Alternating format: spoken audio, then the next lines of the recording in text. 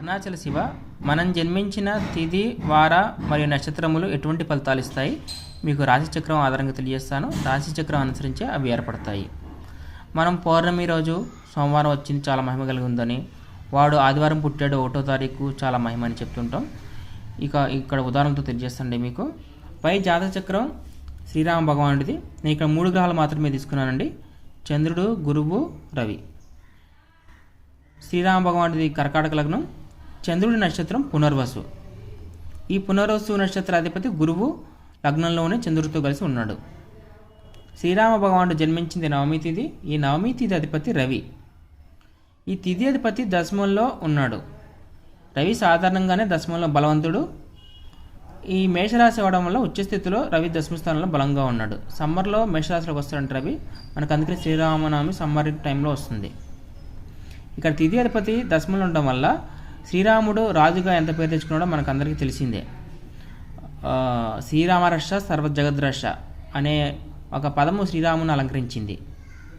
అదేవిధంగా మనకి శ్రీరాముణ్ణి మర్యాద పురుషోత్తముడు, రాముడు మంచి బాలుడు అని చెప్తూ ఉంటారు. అదేవిధంగా శ్రీరామ భగవానుడు జ్ఞానము అనేది ప్రకాశించింది. ఏ విధంగా అంటే శ్రీరాముడు ఎంత గొప్పవాడైనా ఋషులు, మహర్షులు చివరికి రాజ్యంలో ఉన్న సాధారణ మానవుడికి కూడా సమానంగానే చూస్తాడు. అందుకని మన జ్ఞానం అనేది, శ్రీరాముడి జ్ఞానం అనేది ఇప్పుడు ప్రకాశిస్తుంది కలియుగంలో కూడా ఇంకా. ఎందుకంటే చంద్రుడు అనేవాడు మన మనస్సుకి అయితే, ఆ చంద్రుడి నక్షత్రాధిపతి చంద్రుడితోనే ఉన్నాడు గురువు, అది కూడా లగ్నంలో ఉన్నాడు. సో మనకి ఇక్కడ రాజుగా రాజ్యస్థానంలో ఉండడం వల్ల తిథి రాజుగా మంచి కీర్తి అనేది ఇప్పుడు కూడా ప్రకాశిస్తుంది. అదేవిధంగా గుణాలు కూడా చివరికి ఉడతను కూడా అనుగ్రహించిన మహాత్ముడు. ఎందుకంటే చంద్రుడు గురువుతో ఉంటే అటువంటి సుగుణాలే ఉంటాయి.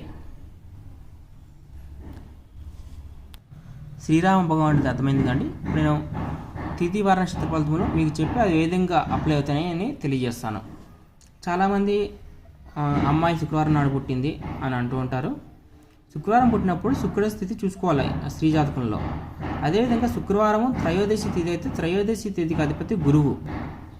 మనకి ఉదాహరణకు వృశ్చిక లగ్నము శుక్రవారం అయి జన్మించుంటే శుక్రుని అధిపతి వారాధిపతి అయిన శుక్రుడు సప్తమంలో ఉండి త్రయోదశి తిథి అధిపతి గురువు మీన రాశిలో ఉంటే పంచమంలో ఉంటాయి. ఇక జాతకం చాలా యోగిస్తుంది. ఎందుకంటే మనకి తిథి అధిపతి పంచమంలో ఉన్నాడు లగ్నానికి. అదేవిధంగా వారాధిపతి సప్తమంలో ఉన్నాడు సొంత రాశిలో. ఈ యొక్క స్త్రీ జాతకురాలు చాలా భోగభాగ్యాలు అనుభవిస్తుంది, సంతాన సుఖం కూడా అనుభవిస్తుంది. ఎందుకంటే మనకి ఇక్కడ వారాధిపతి శుక్రుడు బాగున్నాడు, తిథి అధిపతి గురువు బాగున్నాడు. ఇదే ఉదాహరణకు ఈ తిథి అధిపతి అష్టమంలో ఉంటే, అంటే త్రయోదశి నాడు పుట్టి ఈ యొక్క వృశ్చిక లగ్నానికి గురువు మిథున రాశిలో ఉన్నప్పుడు పుట్టుంటే అష్టమంలో సంతానపరమైన సమస్యలు వస్తాయి. అదేవిధంగా శుక్రవారం అయినా సరే శుక్రవారం వారాధిపతి వ్యయంలో ఉంటే ఇక్కడ కూడా సమస్యలు వస్తాయి. అదేంటంటే ఇక్కడ మనకి